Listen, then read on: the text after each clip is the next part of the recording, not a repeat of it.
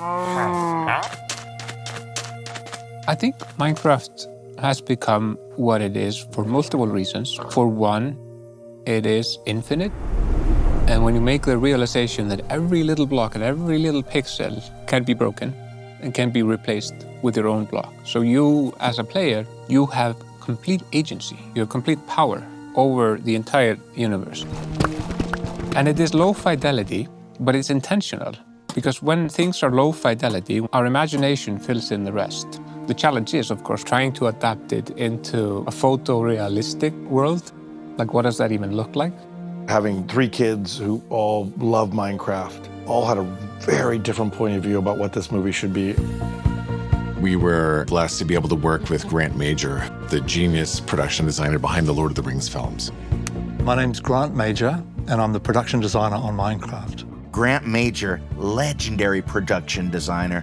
We worked together on King Kong, and he's bringing all of his mustard sauce on this one.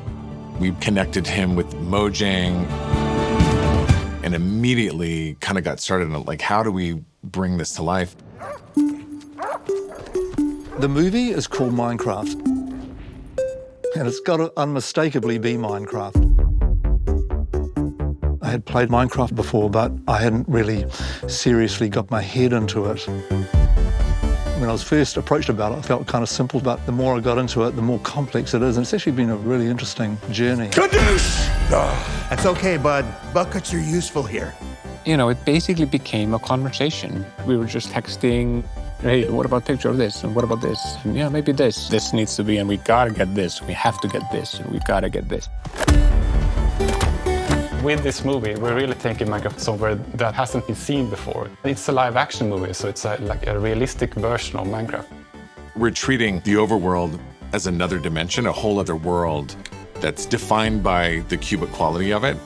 We really wanted to protect the cubic silhouette. Cubism comes to mind, the period started by Picasso back in the day. We try to keep everything chunky. We use the word chunky a lot in the art department, bulky and blocky. That was really the benchmark. In the game, the blocks, they are 1 by 1 meter. But like if you would build it, like all sets in 1 by 1, it would feel a little bit like everybody's running around in trenches. We spent quite a lot of time coming up with a typical modular size, and I think we ended up with something roughly 2 feet square. There's going to be some instances where they're a little larger and other instances where they're smaller, again, to be able to make it a practical, workable environment.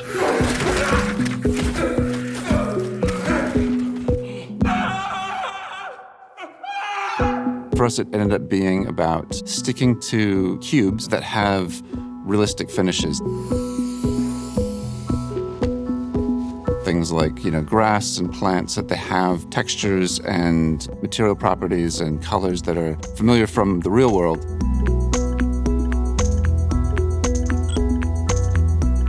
There's so many details that need particular thought, because everything's made. We're making everything in this film.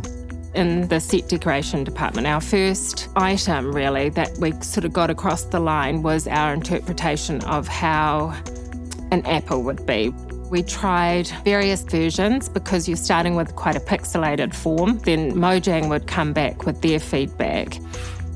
Then we played around with that, added a radius, and we came to sort of a square but round and recognisable apple. Grant and his team of concept artists went through rounds of stuff, and so many of the sets, like the Midport Village, the Woodland Mansion, all of those things, anything that was within proximity of our actors, like, we built it. It was really magical showing up to work each day and being like, whoa, this is so unbelievable. One of the greatest things about being an actor is we have this beautiful world to walk around in. Art department, you killed it. Look at that. That looks like it would be like, that's amazing. Look at this. It's actually like a big fork, which is stupid. Like, who would ever use this in a battle scene? That would be dumb. As a kid playing it, it always felt so big. And then finally getting to step on the sets, I feel like a 12-year-old again. As someone who plays it all the time, it looks so real. There she goes. It looks just like the game. I really, really enjoyed the Mushroom Safe House. You have these like white splatters all over the wall, and it's this huge red room, and it's just really, really cool. When you see some of these sets and these props, you're blown away how faithful and how beautiful this world has become using all of the elements of the video game. We really wanted the overworld to feel like the experience you have when you first come into the Minecraft world. The same kind of wonder, almost like an invitation to go and explore. There's often this collision of biomes, and so we wanted to be able to see that kind of thing as well. So like the Enchanted Forest was a pretty magical one. So just behind me here is a birch forest, which is very typical of the sort of spawning point in Minecraft. The planning of this goes back quite a long way. We made a scale model and we moved all these things around as the scenes sort of evolved. You know, the art department had fully dressed it out, and all the flowers and trees and blossoms. You know, hundreds of trees and foliage that are all like square and cubed. It was pretty amazing. Just seeing like how much love and attention the whole team has put into these worlds. Here it is, Midport Village. I've loved Midport Village because I love going into villages in the game and stealing everything. Relax, it's just an iron golem. We're standing in the middle of the village, so that's the inn over there. There's a baker's house here, there's a brewery, there's the market square and the feasting hall. Perhaps the most important building is Steve's Secret Stash. Welcome to Steve's Secret Stash. Top row, you got your TNT, firework rockets. You know those are fun to light off. Diamond helmet. Should we try it on? I bet you I'm pretty intimidating too when you see me coming. Look out, here comes Diamond Head. Let's dance.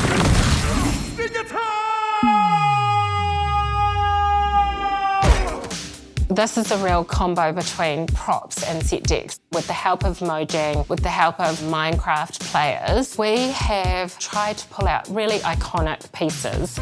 We have a glistening watermelon. These are fire charges, potions. These are the boots of swiftness.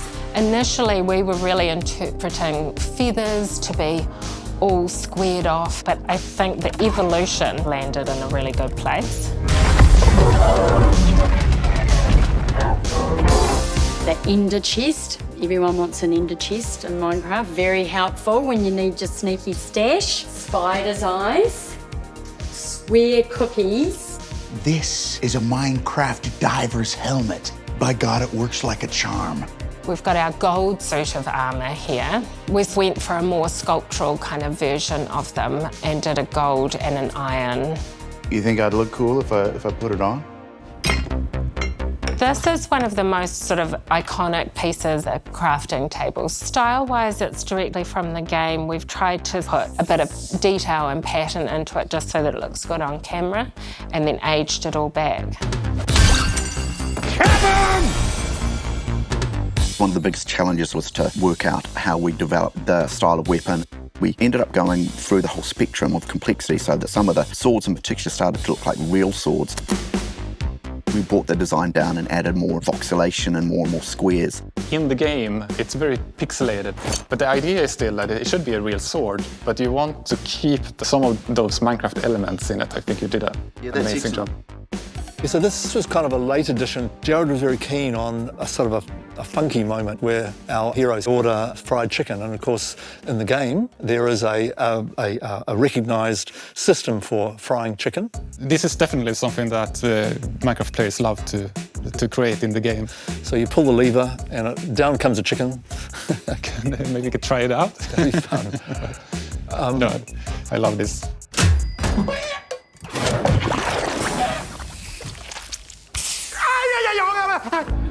We've been trying so hard to ground as much of the visual effects in reality as possible. So anytime we can use real props or real environments, we really try to lean into that so that the rest of the world we're going to create in the computers has some foundation in reality. This was created with us in the arts department so that we know, like, when we're in the world, what we're looking at, which direction, and what should be in the background. We're sitting here with hours of Grant. And so that's the whole fly-through. So everything that you see is blue is not built, and the rest of it was built. We actually built his chicken shack in-game to test it and make sure that it would work in the game, and then let that inform how the sets were designed and constructed and how the visual effects would operate. So there's an analog to how it would work in the game. We had to play the game in front of everyone to show how the fried chicken would work. And so it was a pretty historic day. It's like by the time this stuff was physically built, I felt like I've seen it 1,000 times over. So the Woodland Mansion, it is kind of this legendary building within the game. And some people spend years of their life trying to find it and can never locate it. But we made it an important part of the film. Here it is, the Woodland Mansion. Follow me! The Woodland Mansion, it's known by all the fans, and so we couldn't stray too far from that path. We wanted to be very close to what it is, but also make it cinematic. I tried to do it kind of spooky, but at the same time, Jared's very interested in seeing everything. So we did talk quite a lot about how shadowy it might want to be, but it's also kind of a fun place, because the boxing match is kind of like wacky at the same time.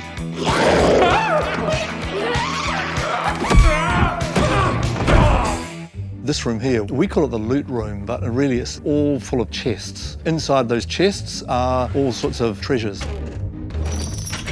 This one here has got wheat in it. We've got the diamond axe, rotten pork chops, things like that. This one's the diamond sword. So this is redstone, it'll be glowing, and then the diamond sword will sit on top of that. I loved we were able to get permission from Christopher Zetterberg, the original painter who did the Minecraft paintings over a decade ago. I'm actually gonna try to get some of those. Grant Major had a design for the Nether that was really hellish and awesome. The Nether is a total hellhole. It stinks. It's full of total barbarians. I kind of wanted to shoot a heavy metal music video in it. Lights up.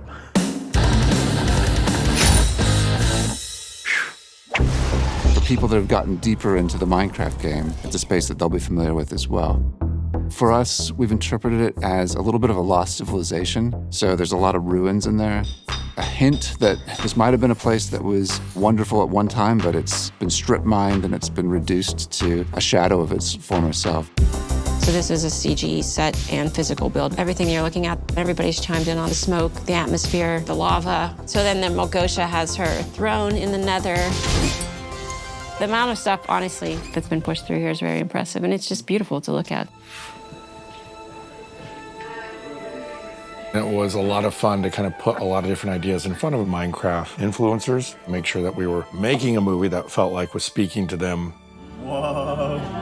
Nice. For me, seeing their reaction, just affirming that we'd got it right, that's the most important thing. The players had a big influence on the movie. As an example, we were having some trouble designing some of the redstone traps. And then we thought about, why don't we ask, Mumbo Jumbo, who is a redstone YouTuber. This was something that I actually worked on with Jared. Cactuses being launched as the Minecraft player. We really enjoyed the idea that the cactus would fly out and stick to Mr. Momoa.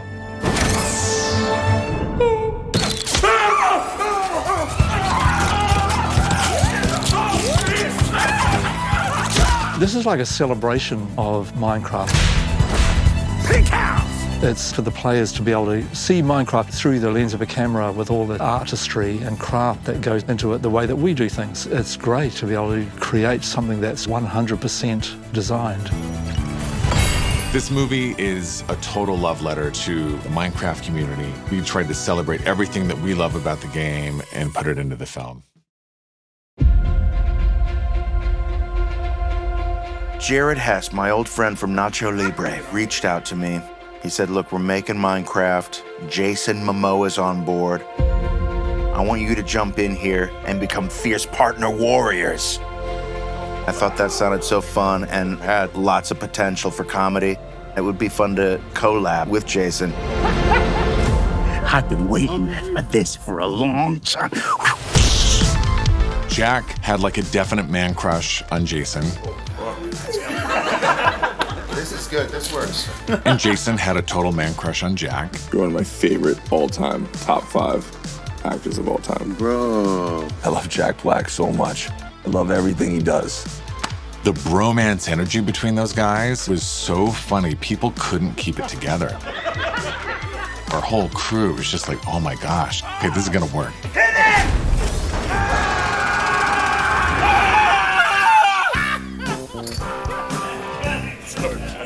The thing between Steve and Garrett, they hate each other. But then over the course of the movie, they become best friends. I think Garrett and Steve are very much alike. I think this is a little stiff competition between me and Steve, but he definitely helps me by the end of this movie. I think it's fun because it's almost like therapy for Gar. He goes through a lot in this. You get to see a bunch of different sides of him. Pretty cool, huh? We do have a ball. That's always kind of the magical line that you want to ride, and I think we have in this movie where there's a lot of actual work to be done. You got to remember all those lines, you got to hit all those marks, but you also want to have fun doing it. Jason and Jack are really fun. When they get together, it's the worst because my character doesn't like to laugh at the jokes. So everybody is allowed to organically laugh, and I can't, and it sucks. If I said that I didn't try to make them laugh while they were on camera, I'd be lying. I need to get my brother out of here. Diarrhea, okay? That's all I'm gonna say. Unless we're supposed to keep going, which I told we were not. And they would be lying too, because they've done it to me too. It's insane to have to keep a straight face around Jack. There are scenes where I can't stop. Want to do the whole song? And action. That's the magic ingredient. I think the work is better when you're having fun. We definitely had some fun on this one.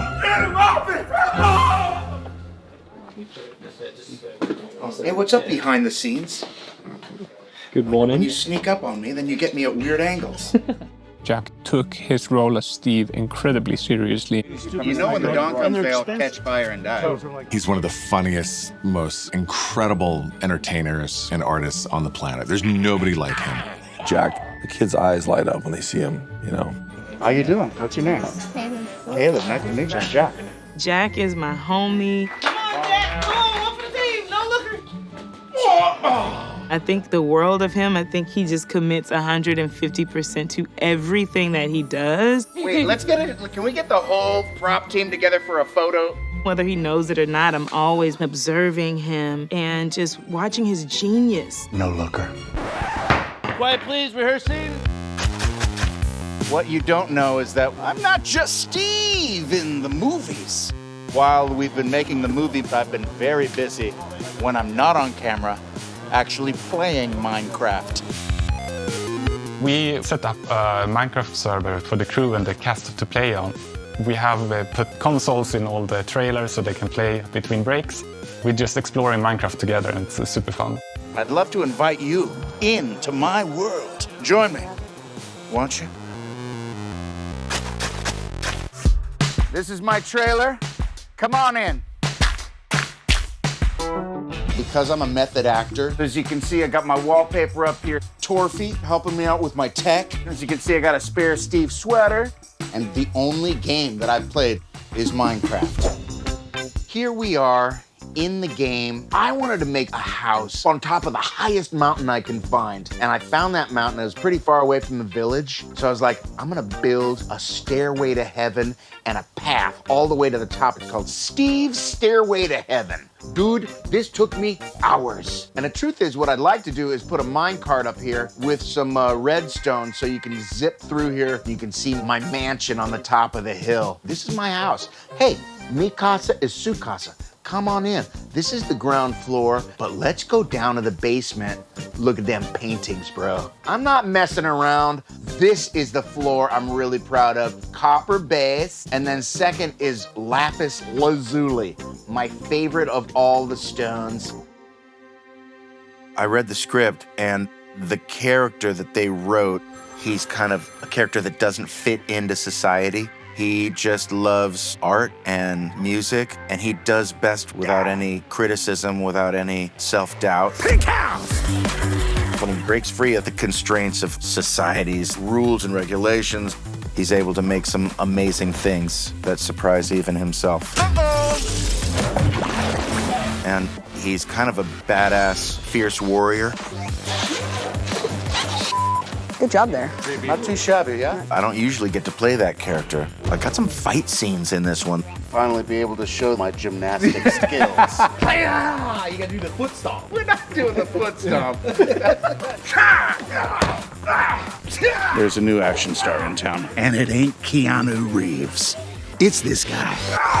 Sorry! God. Cut it. Let's get playback. That was great. Sorry. All right, Steve, always address me because I'm the leader. This movie, it's definitely one of the scariest things I've ever done because I'm like toe-to-toe with Jack, who's a beast. On our drama days, I was like, action. Got you. Comedy, I'm like, action.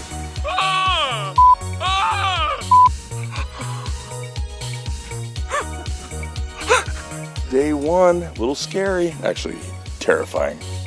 Definitely watching Jason kind of mold himself into a character that fits very beautifully inside of a Jared Hess kind of landscape. This is a big step for him because he's never done that before. I think people who were close to him knew that he had it in him, and it's fun to see him take that step.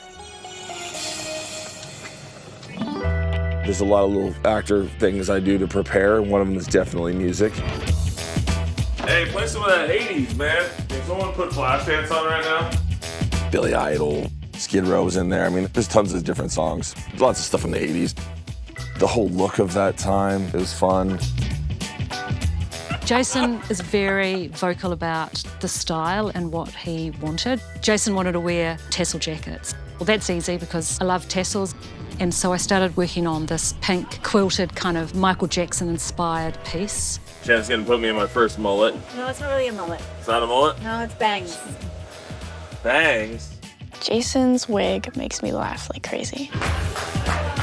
Jared's like, I want bangs. And so we put those on and it looks so ridiculous. He was laughing so hard at himself in the sense that he doesn't even recognize himself. That's always really fun and rewarding when they've gone that deep into playing someone different and against type that they're enjoying it. What's up, T? Everybody calls me Gar from now on. I'm a character actor. You understand me? Yes, Jason.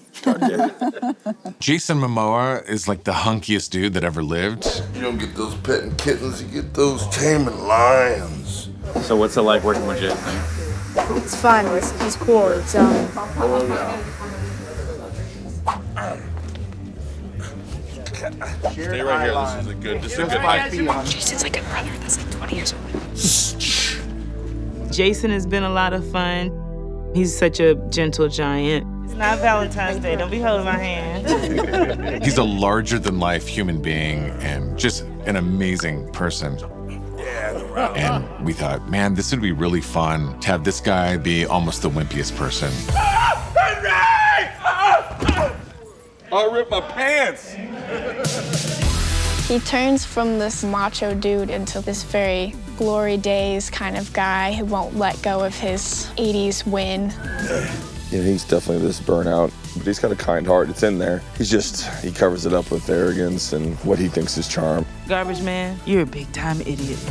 You got burned in my mouth really, really bad. Can't do it. I kind of get my butt kicked the whole time, which is funny. There's a lot of action to the whole movie. Do I have any highlights from production, any scenes that stand out? It's the funniest scene in the movie. It's what you call in the business a set piece. And let's go on a bell. Pictures up. Steve, Garrett, and Henry dive off a cliff. Reset. Still rolling. Still rolling. Sebastian. It's in the script, bro. Luckily, we got these Elytra wingsuits. Whoa! Bye-bye. I thought I grabbed 3. Wait for me! We have a pretty ridiculous Elytra wingsuit chase sequence. Jason Momoa and Jack Black are totally hysterical in it. I'm ready for this grown-ass man to ride my hips. Let's do this. How does that feel? How you doing, Sebastian? Good? Jack, I'll flex my cheeks. That way you got a nice Okay, little... thank you. That's a great cushion. Thank you. Continue to flex the cheeks, please. All right, guys, here we go. Let's roll, please. Roll in. And let's bring up the wind. 3, 2, 1, go. Every time that we shot, all three of us, it was just so crazy. It's a bit of action. They call it the yin and yang. You'll see why. And it was just like a big thing for like the stunt crew. That was just like really fun for all of us.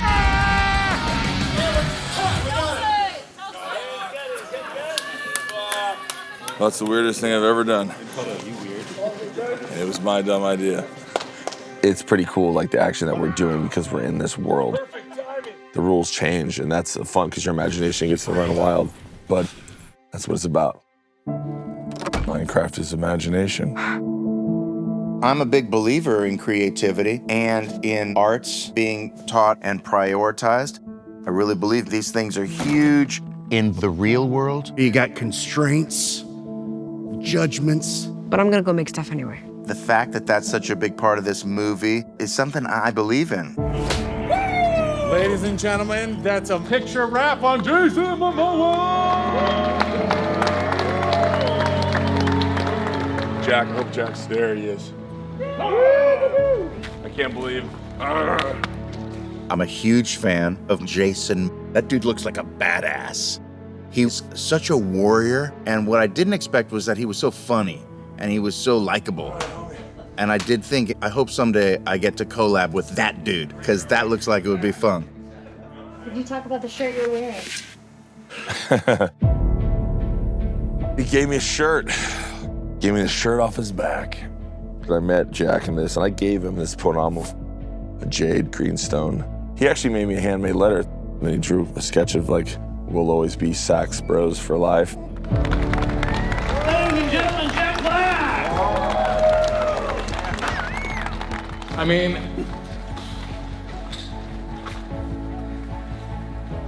I don't think there's a kinder, more generous man working in motion pictures. He probably has brought more joy to anyone in our lifetime. He's a global treasure, and after you've worked with him, I think we all just wish we could only make Jack Black movies for the rest of our lives. We love you, buddy.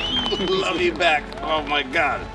I just wanted to say, every movie lately I've been feeling, I think this could be the last one.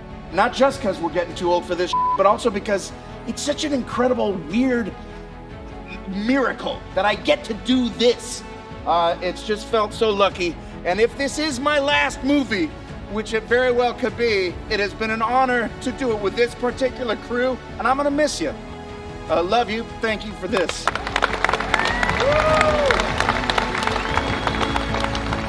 Turns out, if you're brave enough, you can make the real world your overworld. Minecraft is color.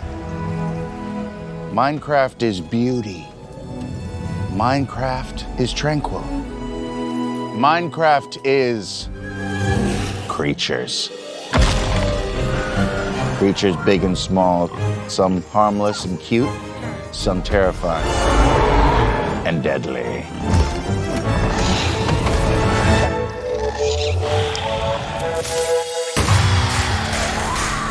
Whenever you bring a character from a video game onto a big screen, you look forward to seeing those enhancements. How do you take it to the next level? We've got the best artists in the world working on it. It's been quite a journey trying to adapt blocky, quirky creatures in the Minecraft world interacting with people. What you see on the screen has gone through like a ton of iteration. We would design something or they would design something. We would talk about it. You know, like you've imagined it in a certain way. I've been working on the game for almost 14 years, and we take the game very seriously. So what does the mobs actually look like? It was like, how do we translate those cubed characters, but that have flesh and hair and feel like sentient beings? What's going on, dude? All the details and small pixels that you would see on any mob character. We've had a lot of conversations with Mojang in terms of how to interpret some of the most iconic Minecraft animals and characters to include in the film.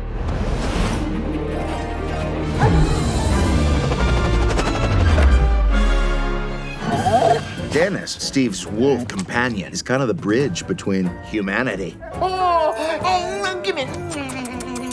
He has this best friend where he gets all of his love and friendship and family. Dennis, he like a scratchy scratch on a nariz. Oh, goo-boo-doo-boo-doo. Dennis is a little bit different where we have a proxy puppet, which is just something that we can use for the actors to interact with. There you go. Attaboy. We've had a puppeteer named Paul and then a parkour motion specialist, Alex, who have been able to play Dennis. Ultimately, we'll be replacing that, but it's allowed Jack and the other characters to interact directly with Dennis. Go, Dennis! Go, Fluff Nugget! Run! I'm Paul Lewis. I'm puppeteering the reference puppet for Dennis. Whoa. Easy. So with Dennis, it's more about just him reacting and bouncing off what I'm getting from the actors. So I just really listen and tune in. So sometimes I don't know what I'm going to do until we're in the moment. And then I'll just go with it.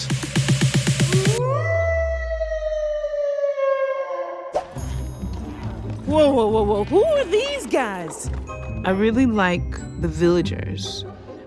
We became homies because they have these big old heads. And they like stand like this. But they're mad cool. So villagers are the most iconically unibrowed characters I think ever. They love to trade, and I think the way that they talk is very special.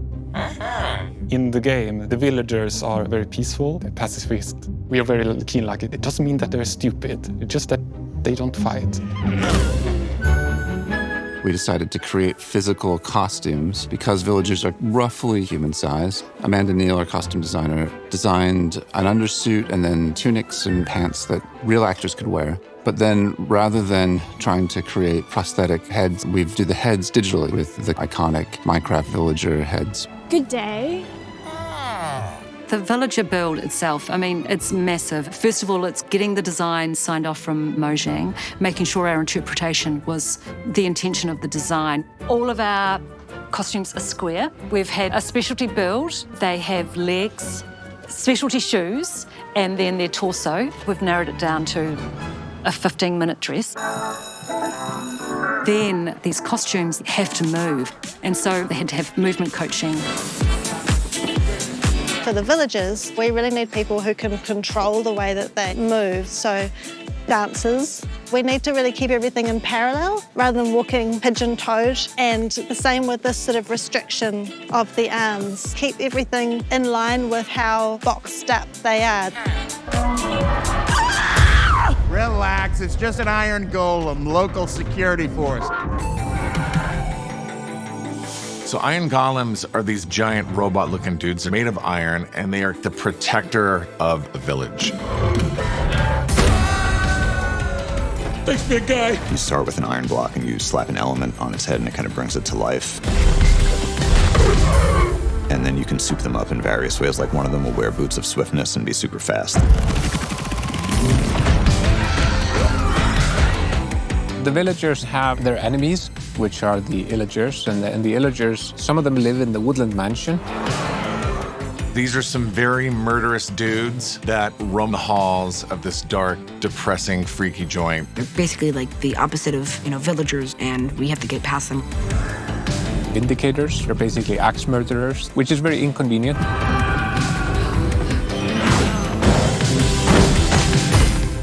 My favorite mob would probably be the zombies.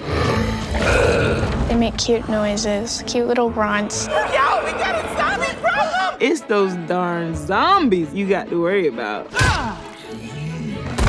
Because if you don't really knock them out, they come back. They come back.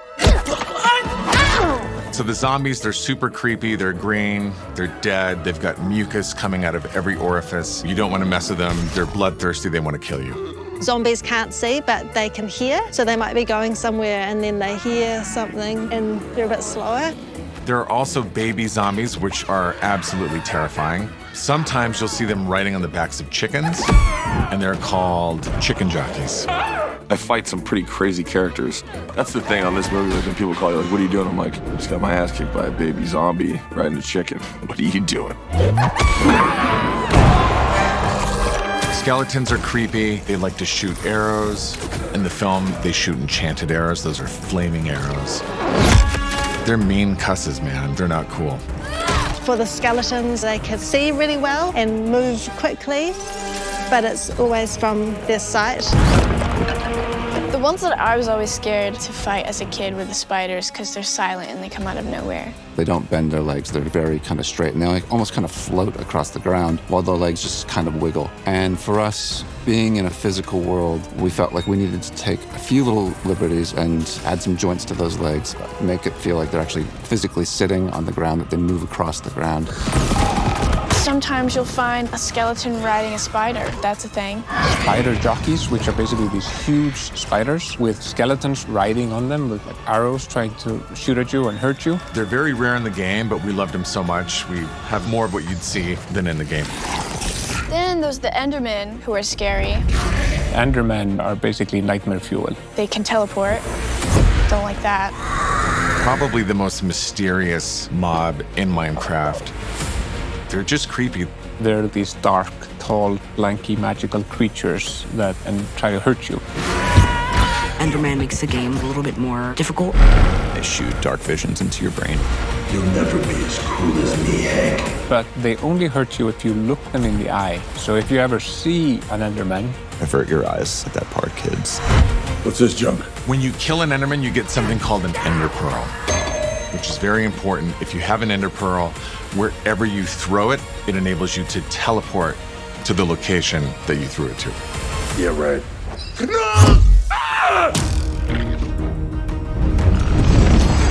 Piglins are then a final mob that live in the Nether. These are barbarian pig people. They're obsessed with gold. They're also cannibals. They're totally chaotic and ruled over by the evil piglin queen Melgotia. I will pillage the overworld and all its gold will be ours! This morning we focused a lot on the attack at Midport Village. All right, guys, just start trashing their produce. Villagers hate that. The pigs, I thought, was all about their snout and how they make decisions through smell and therefore move from that perspective. So if you straighten your armour, you're going to go through it. So we sort of put these restrictions on the body in order for them to be less human and more of that character. We jumped between different piglin characters, so we had different ways of moving. Some of them were faster, some of them were slower. There's more types of piglins in the movie than you find in Minecraft itself. In fact, when we started creating them, we started giving them names to give them a little bit individual character and identities. Chungus is just very big and very strong, and the Great Hog is so massive that he has to lean on his big arms to move. One of the things I really like in this movie is that we needed an aerial attack vehicle, something to attack you from the air and something you could fly. And we had a design from Minecraft Legends that hadn't been used in the game, which was this Ghast, this kind of floaty, balloony, evil monsters that shoots fireballs. The piglins have been able to trap them and put chains of them and basically use them as hot air balloons to fly around, and our heroes kind of interact with those. Have an armada of them that they used to fly around and shoot fireballs and do their evil conquests.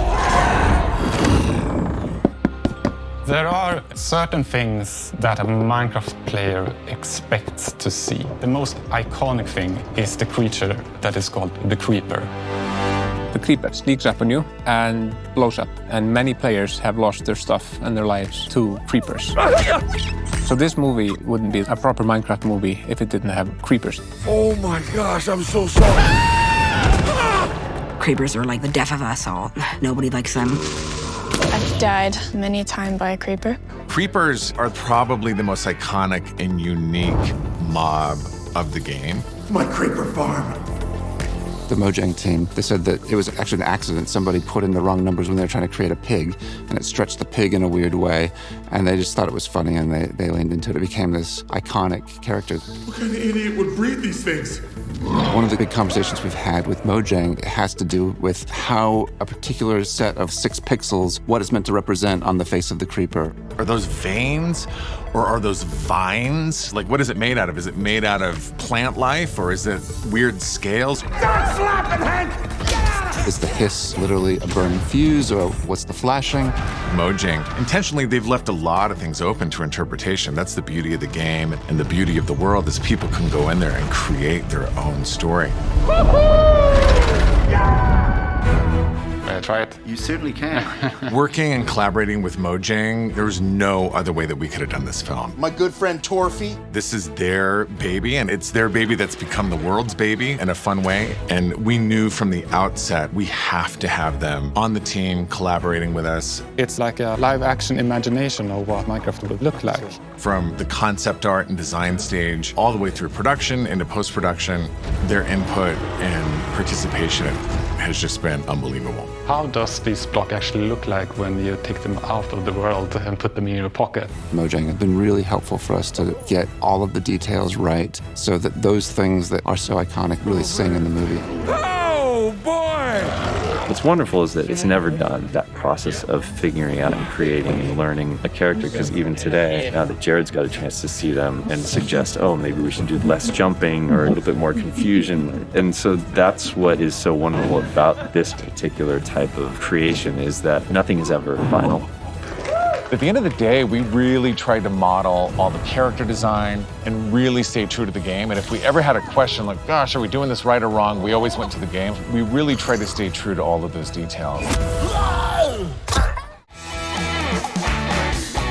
You can't have someone like Jack Black in the film and not use his pipes. That guy can sing.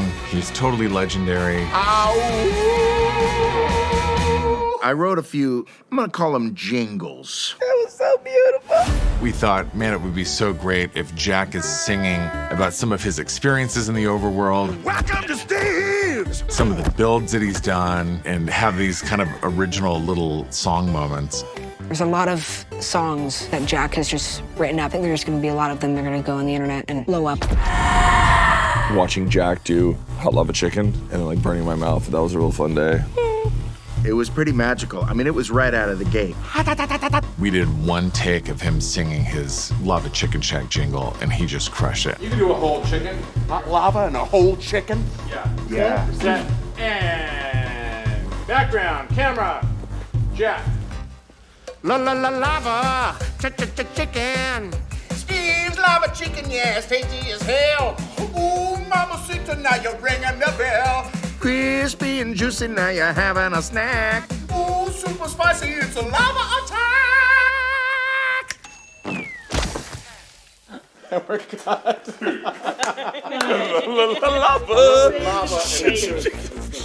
And it did feel a little magical. We always get it the first take. The rest of it's just for fun. And that's the take that we use in the film. It's just him singing it that first time, and we were like, dude, amazing. Nice. You got it. That was great. Done. When it lands on that C, in the first chorus, for example, is there something just below it goes, and you get to that C? Do you see what I mean? Is it not a pixel? They were looking for a song and they were trying a few different ideas, and they said, Brett, would you be able to have a go at writing a song for this fight scene? Do you think we can take these guys? The song's called Zero to Hero, and it's about the characters finding their power and they're fighting back for the first time. We were trying to think of cool people and awesome singers, and then Benny's name came up, and I said, yes, that would be brilliant. As a Minecraft fan, I was excited to be a part of it.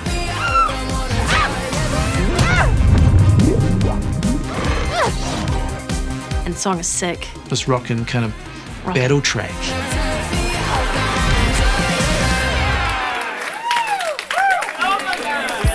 There was also a little jingle that me and Jason Momoa collabed on. It's kind of a rap. It's got some goofy saxophone in it. It starts with like a saxophone and birthday party, as one would expect. Hey, it was someone's birthday!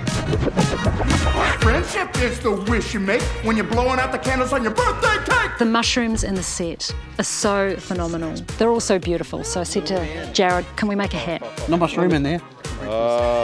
It needs to be mushroom. Yes, I'm gonna bring it home. Yes, I'm gonna wear this for Halloween. It's fun, it has personality, and the guys look so cool in them. I was thrilled. Don't be a bully and don't be a brute. Time to put on your birthday suit. They sing to a bunch of demons, and then the demons attack them because they don't like the song. We are the Sax Bros and we are out!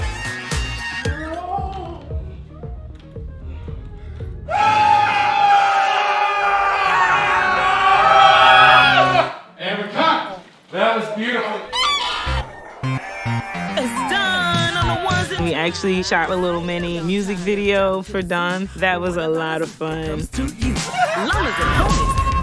The song is very lo-fi, very silly, but it was really fun doing it with Danielle. Nobody might find it funny, but me and Chris, we think it's hilarious.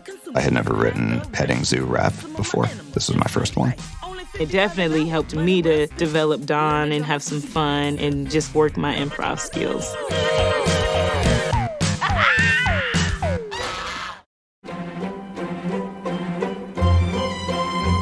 Get to work with Big Mark here. It's my first time working with an 8-foot-tall composer. Thanks, little buddy.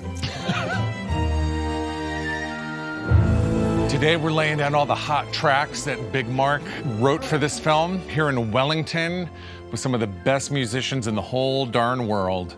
They sound great. They're really knocking it out of the ballpark here. Sounds exactly the way they sound in Minecraft. Oh, gotcha. Okay. There's some synths that are based on the synths samples that are used in the game, for instance, and they're mixed in with the orchestra and tried to bring in some sounds that, give it its own universe. So at the end of the day, you hear this music and you go, oh, yep, that's the Minecraft sound.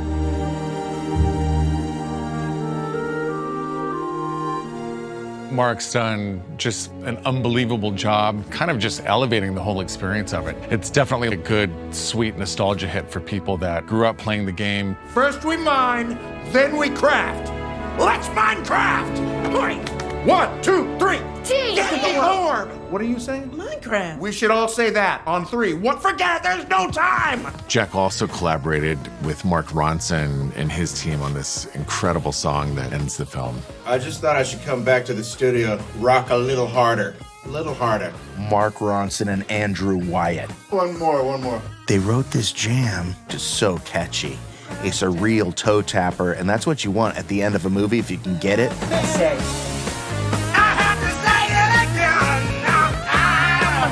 Something tasty and like an earworm that gets in your head. It's like a real fun celebration. Just a rad way to end the movie and go to credits.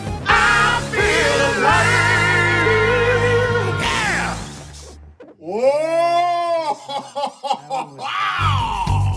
Is everybody ready to rock? Today, we're working on the grand finale. This is the end of the movie. We're rocking hard. It's an incredible song. Jason, I think maybe both of us should start with our backs to the camera. I'm gonna play with my spirit animal, Jack Black. It's basically, I'm just Ken. I'm not in competition with Ryan Gosling at all. Ryan Gosling, it's going down.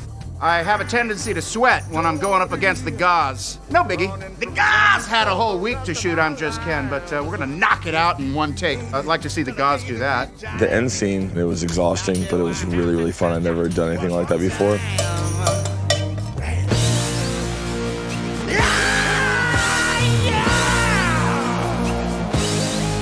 I used to wake up and play. Jared and Kale, the producer, were like, we want a big musical number that's like a joyful celebration of everything about Minecraft and about the world and about everything that happened in the movie leading up to there. Take it to fruition! Music is a big part of the story we're telling, and I think the movie is going to end in such a tremendous way. When I first heard I Feel Alive, I was like, what? I want a song, and I want a song with Jack Black now! I at least get to put a few vocals on it. Here, you listen. It kind of shows my evolution as a character, just really letting loose and rocking really hard. We need to work it out. This movie's become very musical. We've just got too many talented musicians and performers between Danielle and Jack and even Jason. Throw down. It's getting silly. Look, it's no secret, I love to rock. Whenever I get to put on a little show and sing a little song, there's a little paprika in my step. It lights a little fire under me. So those are all fun to do. Me and Momoa, broing down, power handshakes. You gotta come to work and just be like, I got no hang-ups, let's just do this. It's fun. I've never done that before. I'm happy that my first was Jack Black. I laugh every time. They're in my head. I'm happy they're in my head. They're wonderful songs and they're catchy. I think people will love them. I think audiences will love it. I like singing with him.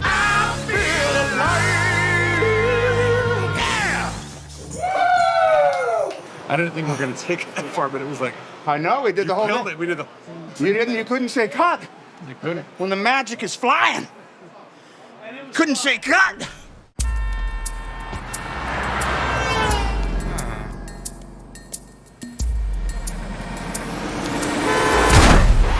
You're probably wondering how I ended up in this situation. Here we go. And action. I'm Vice Principal Marlene, and I'm an open book. So we are in the high school vice principal's office of Marlene. You probably heard that my husband Clemente recently divorced me. Marlene is going through a very traumatic divorce with a no-good husband. You know, the fire went out on our marriage 20 years ago, but we stuck it out for the dogs. And actually has this incredible luck.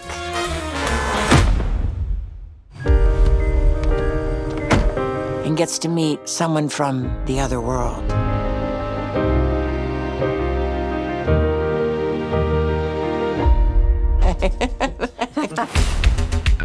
In the game, there are these villagers who are totally unemployed, and they're called nitwits.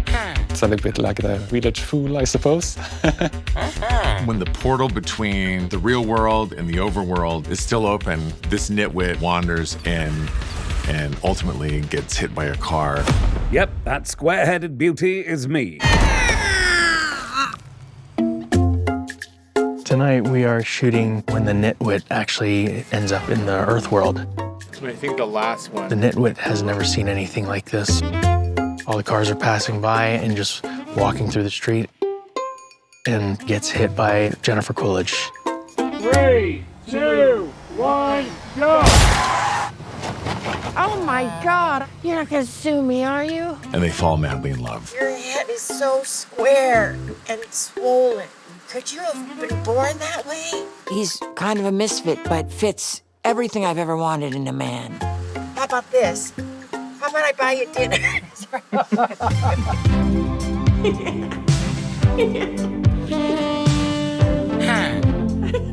Jennifer Coolidge is showing an unusually high amount of interest in a villager. I don't think I've ever seen anyone in this lifetime that is more attractive. You got all the features. I have never been more turned on by two cardboard boxes piled on top of each other. With eyes. Two cardboard boxes with eyes. We were able to work with some of the funniest people on the planet, like Brett McKenzie. It's a very challenging acting role. With Jennifer? With Jennifer, yeah. Lucky. Or it looks like you got a weird thing going on with your hands. First song I wrote for this Minecraft movie is called Could This Be Love? It's a sort of romantic, lovers in the air type feel. I'm having a great time. Are you finished? No, I think he's Swedish, but we're done eating now.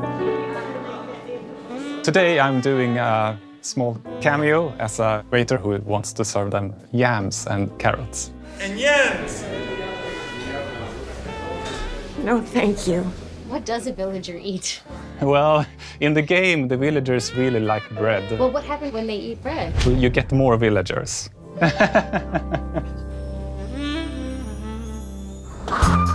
Jennifer Coolidge, she's one of the greats. Hi, I'm Henry's uncle. You? The trash bag? There's no one else in the world who can do what she's doing in this movie and make it be as funny and weird and as honest as it comes across. It's actually Garbage Man. Garbage Man, huh? Oh, you can bag me up and take me to the curb anytime. I don't think there's anybody in film who just shows up on screen, hasn't said a word yet, and the audience is already laughing. And cutting, cut.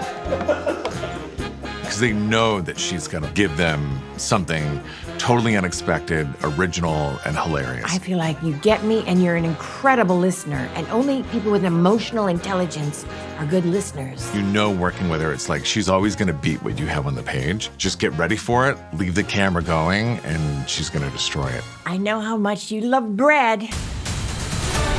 At the end, she starts to understand Nitwitties. And he can speak English. Marlene, ever since we met last night, I wanted to say, would you marry me? Yes! Yes! Marlene and I got married later that week. That's right, folks. I finally found a job, and that job is loving Marlene, and she is a total babe. Now, where's that bread?